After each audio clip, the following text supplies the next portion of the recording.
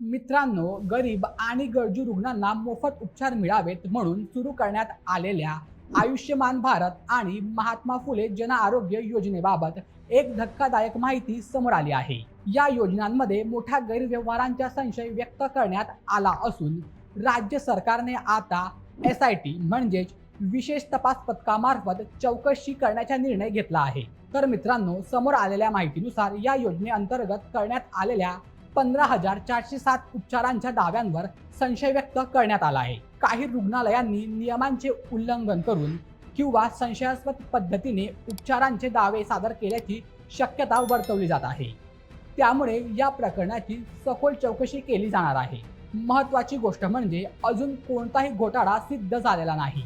मात्र एवढ्या मोठ्या संख्येने दावे संशयाच्या भोवऱ्यात आल्यामुळे सरकारने या प्रकरणी गंभीर दखल घेतली आहे। SIT तपासात कोणत्या रुग्णालयांनी नियम मोडले, शासनाची आर्थिक फसवणूक झाली का आणि नेमके कोण जबाबदार आहेत याचा शोध घेतला जाणार आहे। जर तपासात गैरव्यवहार सिद्ध झाला तर संबंधितांवर कठोर कारवाई होण्याची शक्यता आहे।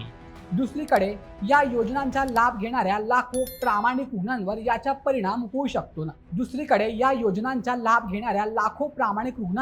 याचा परिणाम होऊ नये याची जबाबदारी सरकारवर असणार आहे।